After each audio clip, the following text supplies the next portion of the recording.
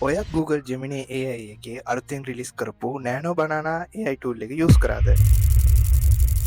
ලස්සන ෆොට හැදුවනේ ඔය ෆොටෝ එක හදන්ට කලින් එයාලා යටින් දීලා තිබ ඩිස්ක්‍රපෂන් එක ඔයා කියවල බලවද එයාලගේ ටර්ම්සන් සර්විස් එක තියෙනවා එයාලා විල්ල ඔයාලා අප්ලෝඩ් කරලා එඩිට් කරන හැම ෆොටෝස් එකක්ම එයාලගේ අත්‍යවශ්‍ය දේකට එයාලා යුස් කරගන්නවා කියලා එක්සම්පලයක් හැටියට